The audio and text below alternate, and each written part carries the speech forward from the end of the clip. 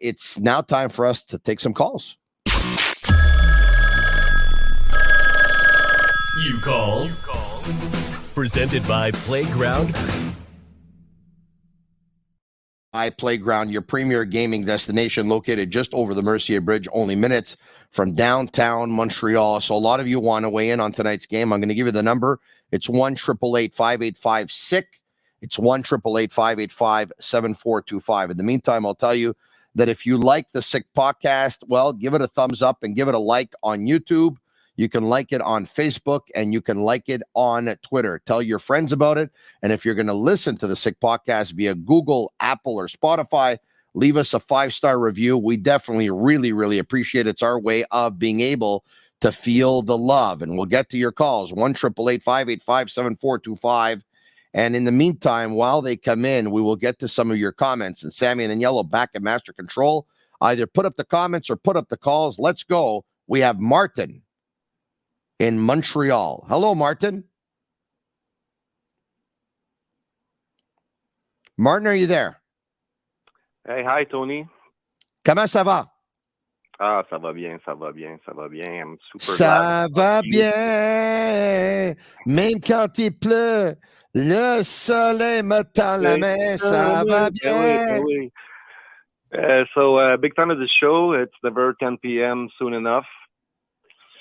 So I wanted to talk about the Canadians. I think we're going to be this kind of a limbo for until the trade deadline. We're just going to have to bite on it and wait because we're going to win some. Hopefully, we're going to lose more. We're going to lose more as the season goes. So I think it's just part of the process. But for now, it's going to be that kind of a limbo with all sorts of players who's not part of the future of this team. So it is what it is. Martin, there's different schools of thought on this. The Canadians, Jeff Gordon, Kent Hughes, Marty St. Louis, they believe that winning is getting better. They believe that winning is progressing, not necessarily winning games, which will end up coming and end up being a byproduct of getting better and progressing eventually. But my question to you is this win, lose, win, lose, win, lose. And George Larac says they'll probably finish the season 500. And that's exactly what it would be if you win one, lose one, win one, lose one. Is it a good place to be in your opinion, or do you think it's no man's land? Because I think it's no man's land.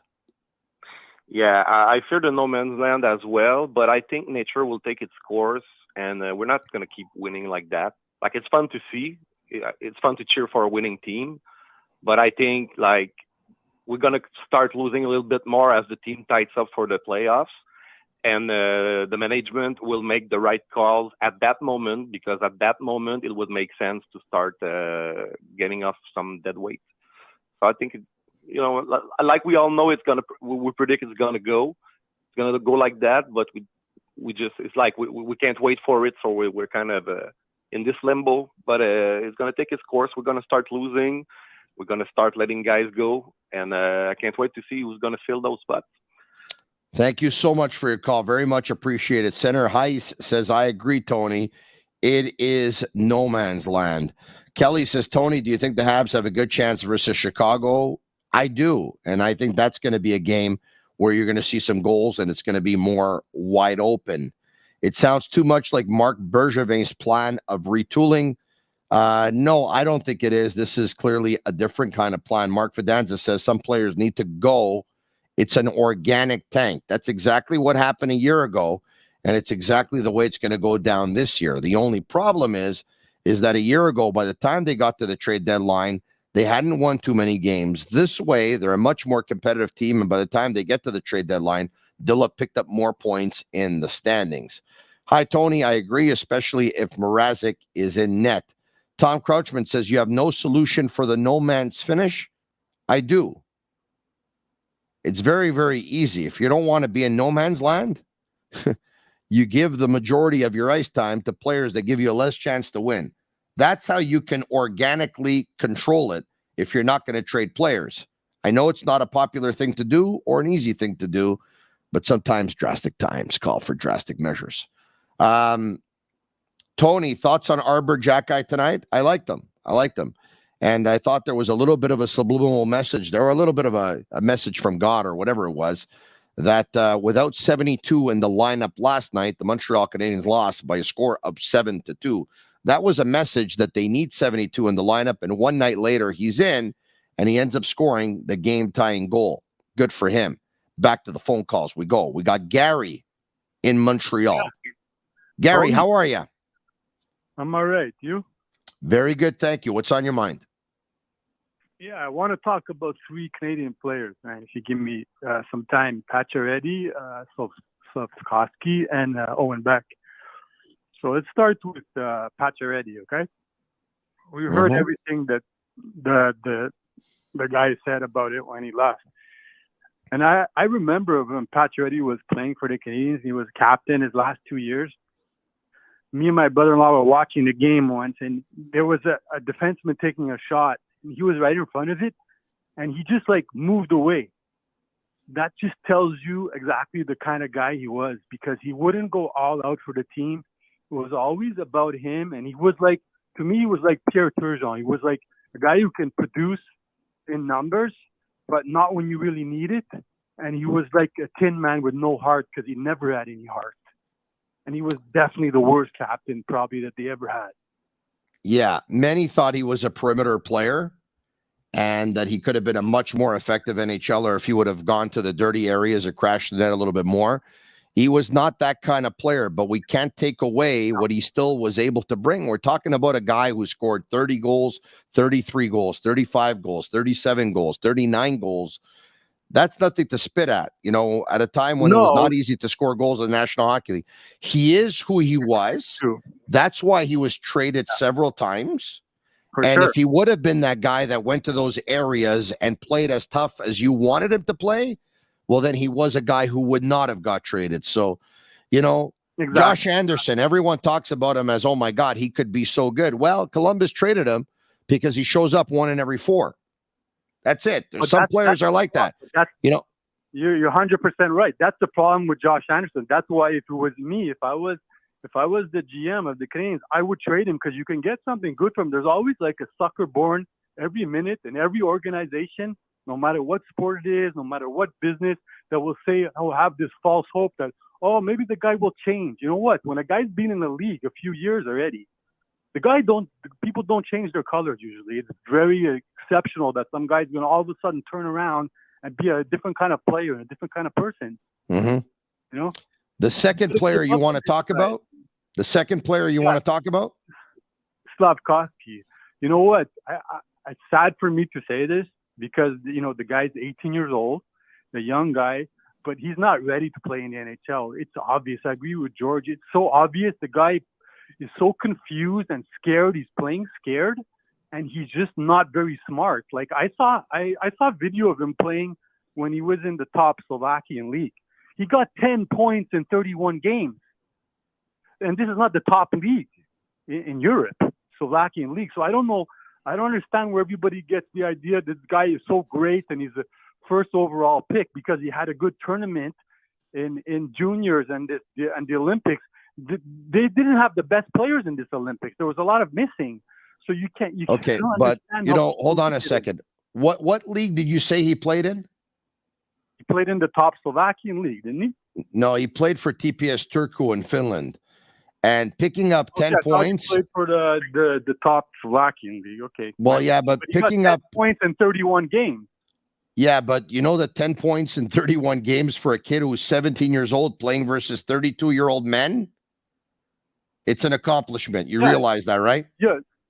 No, it is an accomplishment. But when you look at his video, if you ever go to watch his video, he's one of the worst passers I've ever seen. When there's guys close to him, when he doesn't have a lot of space, he doesn't know where to pass. He panics. Passing is not the strength of his game. I wouldn't say that he's one of the worst passers I've ever seen. But look, you know how many players went on to have great careers but didn't put up big numbers playing in Finland? Once again, when you're playing with men, it's not an easy league to put up points in. And, You know, when you talked about Slafkovsky at the World Championships and at the Olympics, you realize that he was the best player at the Olympics at 17 years old, eh? Like, you don't do that by fluke. I agree. I agree that was an accomplishment, but you have to remember also that they didn't have the best players there. Wasn't the? I think, if I'm not mistaken, the Russian team wasn't there. Yeah, but I mean, I get that, but he's still a 17-year-old who was the best player at the Olympics. I mean, no, you're right, though. I'm going to talk about Owen Beck. Let's make a comparison. Owen Beck is 18 years old, okay? Okay. Owen Beck is going to be one of the best two-way hockey players to ever play for the Canadiens when he comes up. He's ready to play in the NHL right now. Okay. Yeah. I've seen his videos from last year and this year, all his goals and assists. This guy is so smart, so fast. Even when guys are close to him, he's like, you don't know how good this guy is. How good. Okay, so you're correct. Okay, but you also realize they play different positions, right? Owen Beck is a centerman. A centerman is supposed to play a 200-foot game, and the biggest attributes of a centerman who's going to have success in hockey is to have that IQ, to have that vision. When a guy is 6'4" and 238 pounds and he's a winger, his biggest attribute is not supposed to be his vision or his IQ. It's supposed to be his strength, his power, his crashing the net, his going to the net. In Slafkovsky's case, his shooting ability, because he's got a good shot. Like, it's different players, different positions, different attributes. Like, Owen Beck could end up being that 200-foot player. It could end up being a smarter player than Slafkovsky, but it doesn't mean he's going to have a better career. Oh, he will. I'm sure of it. Because, I mean, this is just my opinion. You could be right. But when I look at how Owen Beck, you know when you can tell a really good player? So why didn't he go number one? A great player from an average player? No, you know how you can tell? Is you can tell by how he gets his goals.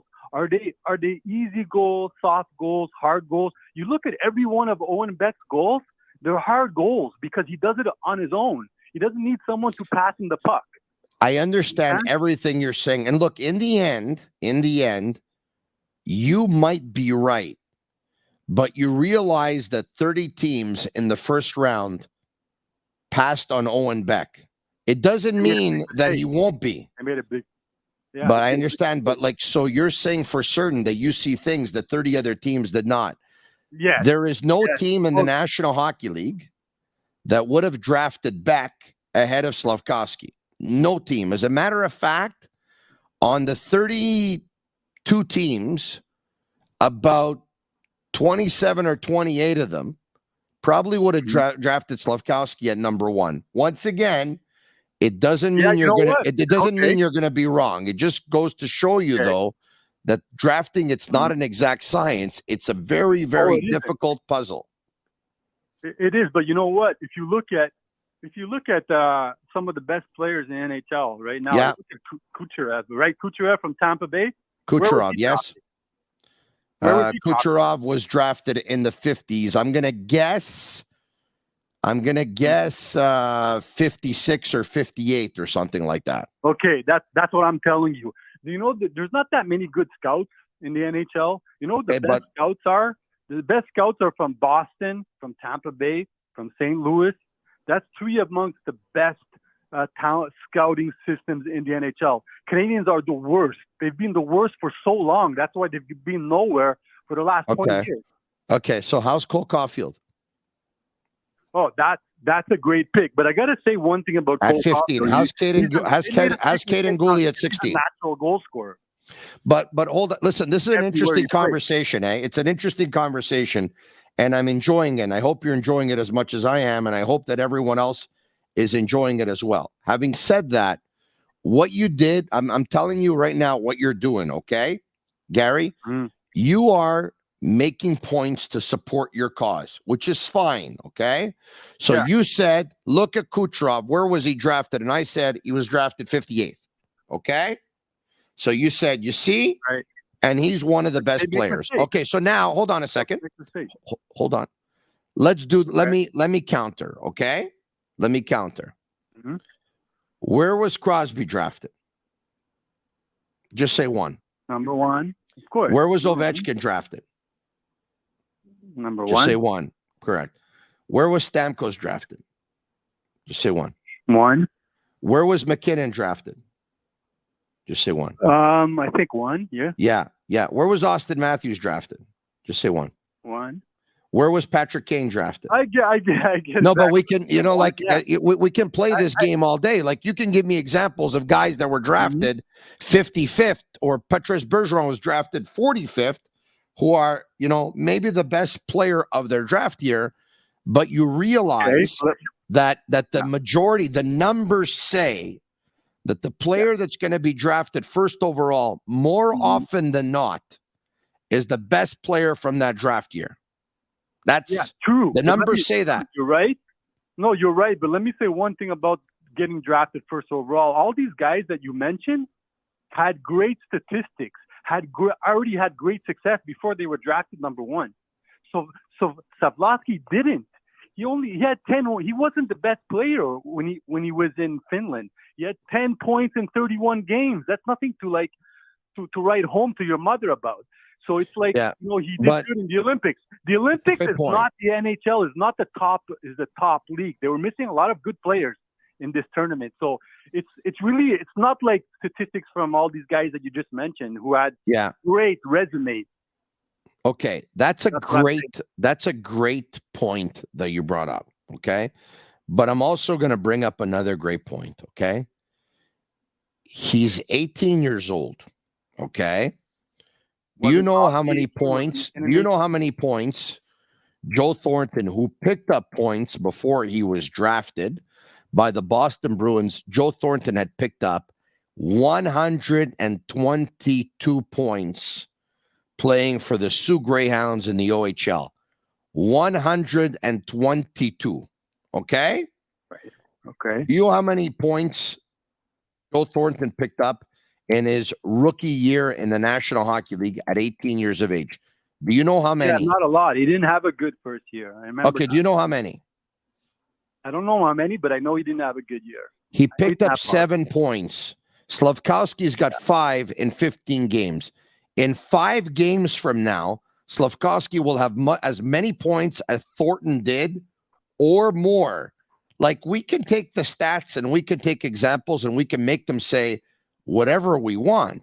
I do thank you very much for calling. You sound like a good guy to me. Let's take a couple of more calls. Sammy says we got 3 more. Thank you very much. Let's go. Where are we going, Sammy? Let's go to Jerry in Longueuil. Jerry, comment ça va? Ça va bien, ton et toi? Ça va très bien, merci. You know what? I'm like you, Rod. I was for the full rebuild. After your great interview you had with Gordon, I think that's pretty much out the window. I think, but at the same time, because if you're going to go that route and you don't, I don't think it's out the window, Jerry. I mean, did you expect Jeff Gordon to come on my podcast or on anyone else's podcast and say, we are rebuilding? If they wanted to do that, they would have sent out a letter. They don't want to do that because they, among other reasons, I think, could be ticket sales. But I'm convinced the Canadians are rebuilding. Well, yeah, I mean, and the thing that I don't understand, I mean, contrary to the last caller, I mean, you know me, I like the young guys, and I think that my fear, I thought maybe this year there would be a bit of a change, we would be more confident. I mean, I have all the respect for Georges Larac, but he said something that was interesting. He was sort of lukewarm about Slav, but he said you have to put him in the right spot. Well, the Canadians have done what they've done with so many young guys, put him in the wrong spot. He's playing with Evan. He's playing with Jake Evans. Where would you put him, Jerry? Where would you put him? Here we go. Just before I go there, we talk about production, right? Mm-hmm. The fourth line yesterday was Jake Evans, was the great Joel Armia, and Pizzetta. Okay, and those guys so far in 36 games, you know how many points they have? The 3 of them, 2, and it's Evans who has 2 assists. The other one's nothing. Then you put Dadonov, who has 1 goal. You got Drouin has 0 goals in 18 games. And then you add Dvorak, if you take away his hat trick, he had 1 goal in 17 games. Mm-hmm. So your bottom through his 6 are terrible. So you waste the kid by putting them there. I would put him with Monahan and Anderson. Give him time to learn the league, learn to play. Doesn't matter. He gets 15 points, gets 20 points, gets 25 points. At least he's going to have a guy who knows how to pass the puck. I don't disagree with you, by the way, because I'm going to say something that not everyone shares this opinion, but I'm going to say it anyway. I know a lot of people want Slafkovsky to be here, whether it's first line, second line, third line, or even fourth line. They believe the development here is better than it would be at the American Hockey League level, and maybe it is under Marty St. Louis. I understand that Slafkovsky is maybe for some people not ready for more minutes because it's not like he's dominating.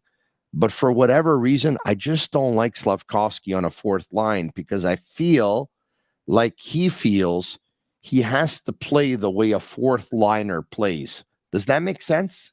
You know what I'm saying? Makes total sense, Tony. So I don't like Slafkovsky on the fourth line. I don't. If you put him on the second line, you get him ready. I mean, this year, as we know, they're not going to make the playoffs. I mean, when you have, like I just said, a bottom 6 that doesn't produce anything, I mean, you might win a game, lose a game like they're doing now. So give the kid a chance, let him play. Then next year, when Pierre-Luc Dubois shows up, you put him on the same line with Slafkovsky, who has 1 year experience in the league, and Anderson on the right. And then you got a top 6 that's rocking. You got top 6 guys that, and it will just get better because they're young. Dubois is only 24, is going to be 25, and I think Canadians should do everything they can to get him here. So I think that would be good. That's how you build a young team for the future. I understand you have to try to win every game, but I'm fed up of this patching and hoping and let's make the playoffs and see what happens. Build yourself a contender that's going to be around for the next 7-8 years. And don't lose a kid like Slafkovsky. And the other thing, Tony, I want to address is the defensemen. Yeah. Getting more and more afraid. I don't like this juggling act, especially with the young kids. I don't know what they don't like about Jordan Harris. He's not a tough guy like Jack Guy, and he's not as big as Gooley, but the kid can skate, and he's an intelligent guy. He's the only plus defenseman so far after, 2 games. And he brings something to the table, and I don't understand why we're juggling and we don't juggle. You know that game that they lost 7-2? Yeah. I mean, it wasn't just Jordan Harris's fault. Everybody was terrible. No, right? and when here's one thing that I like to see, and so like I love Marty St. Louis. I think he's the perfect coach for this team at this time. I think he's perfect. All right. The one thing I would like to see is every now and then when things go wrong or they're losing games, whether they're out of it or they're not out of it, change the lines up a little bit to try and get a spark. And it's something that we haven't seen all that much, but we'll see what happens going forward. Jerry, you're one of my favorite callers, and you know that. You have a great night. Thanks for calling me, buddy. You have a nice evening, Tony. Merci beaucoup, Jerry. All right, okay. Where are we going exactly? We are going to David in Toronto. David? Yes. How are you? Hey, Tony. I'm doing fantastic. How are you? Good, thank you. Besides the fact that I entered the 50s club today, which kind of depresses me a little bit, but it's better to enter the 50s club than to enter no club at all. You know what I mean? You beat me to it, Tony. The first thing I was going to say is happy birthday, and I hope you had a fantastic day with the family. Thank you. I did. Surrounded by friends and family. I had a great day today. It would have been greater if Canada would have won, but I really liked the way Canada played, and I'm going to get to that in just a couple of minutes. Go ahead. Yeah, fantastic. So, Tony, I feel like Montreal missed out on a huge opportunity. I'm in Toronto. Again, I'm a huge Habs fan, born and raised in Montreal. We spoke before, but here's the opportunity I think Montreal missed. We're in a transition year, like George said earlier, right? And we have a logjam on defense, nonetheless, on left defense. We want to give our young guys more ice time, right? Now, look at Toronto, for instance. Dubas is on the chopping block. This is maybe his last year as GM. If things don't work out. Now, Muzzin is out for, indefinitely. Riley goes down for now a couple weeks. Who knows what's going to happen? I couldn't even tell you the depth chart they have on defense right now in Toronto. I know they traded for Timmins out in Arizona, but what an opportunity we could have had. Imagine a Joel Edmondson on the Leafs blue line. Imagine that character going into that Toronto dressing room, and look at the Leafs record first and foremost. They beat New Jersey tonight. They ended the streak. That's amazing. But look at this. They're 11-5-5. That's like 500 hockey. They lost 5 games in overtime. They're playing 500 hockey right now. So bringing in a character guy like Joel Edmondson, a tough guy that replaces Muzzin's toughness on defense, a guy that can help Sandin and some of these younger defensemen develop as they make this playoff push, but yet want success in the playoffs.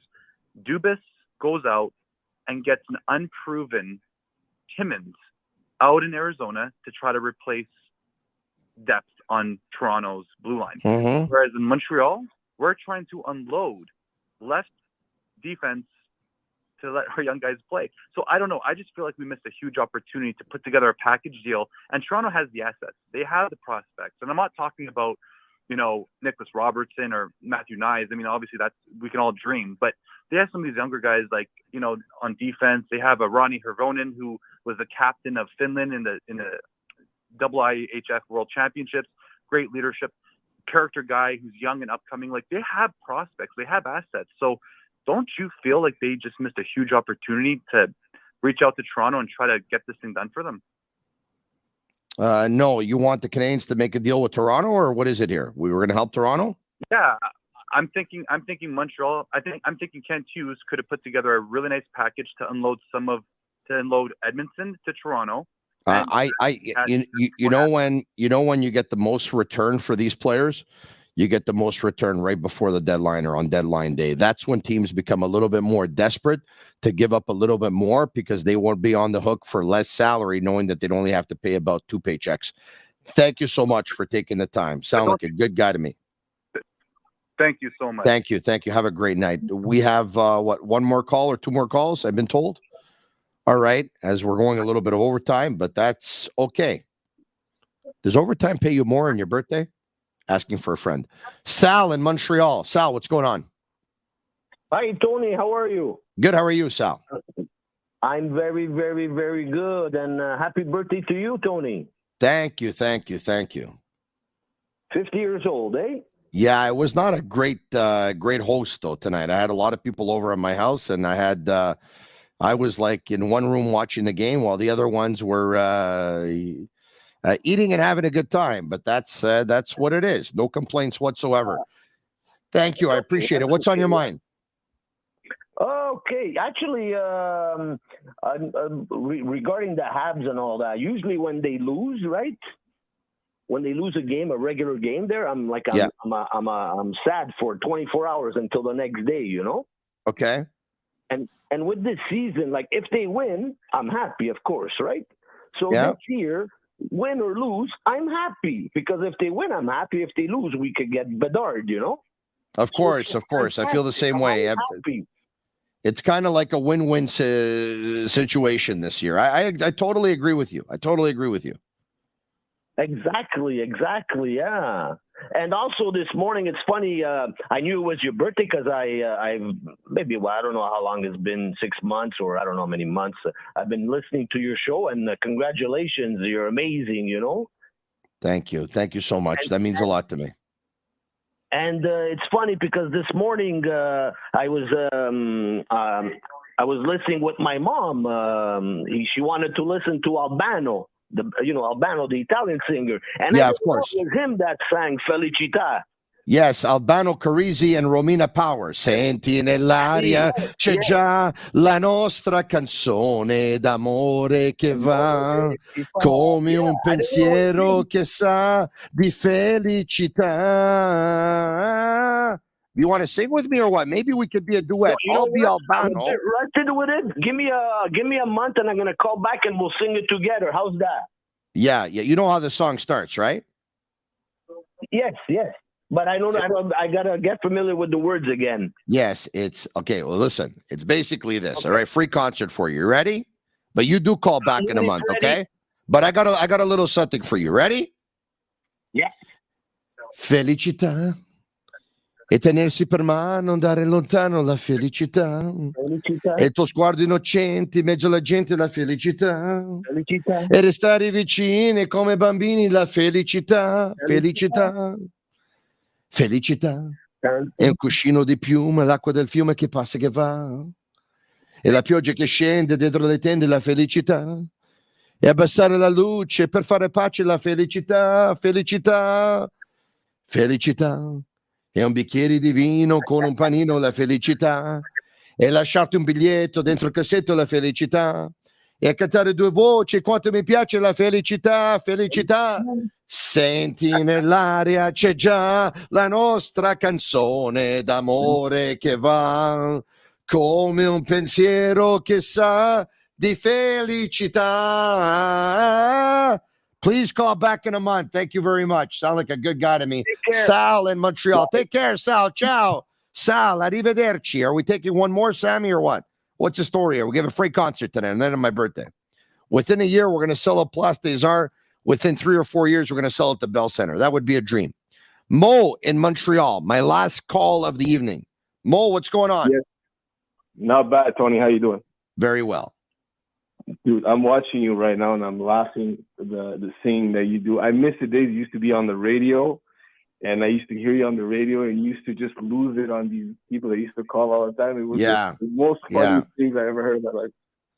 Yeah, listen, I loved my time there too, all 20 years, but then I started a podcast, and anyway, it's much better. Yeah, I agree with you 100%. What's on your mind, my man? So I want to talk about Slafkovsky. People need to have patience with him. Take it easy. He's only 18 years old. Yeah. To me, when you watch him play, it feels like he's 1 second too late. Everyone else can continue to do their podcast, by the way, because they don't have many views or many sponsors. But me, it was. And go ahead, please. Yeah. Yes. Yeah. So, like I was saying, I find he's just 1 second behind. People need to just give him some time. It's if I had to compare to an analogy that I think, because I'm a hockey player, right? So when I used to play roller hockey, right, I thought I was a good player and everything. I'm just trying to compare as into where he's coming from, right? Because he's coming from juniors. So when I used to play on roller hockey, one of my friends told me, he's like, hey, come, there's a league at indoor roller hockey. And I was like, okay, fine, that's cool. Let's go try it out. So I loved roller hockey, by the way. Oh, yeah. The rink, all the boys are listening. I don't know if anybody... You remember the Roadrunners? Remember the Roadrunners? Oh, my God, yeah. But it's over. It's all in the States now, in France. So Yvan Cournoyer was coaching the team, you remember? Guy Rouleau and Patrice Lefebvre. You remember them? Yes, of course. Yeah. I used to go watch the games all the time. I loved it. I thought that Guy Rouleau was amazing. I thought Patrice Lefebvre was amazing. Yeah. It was good times.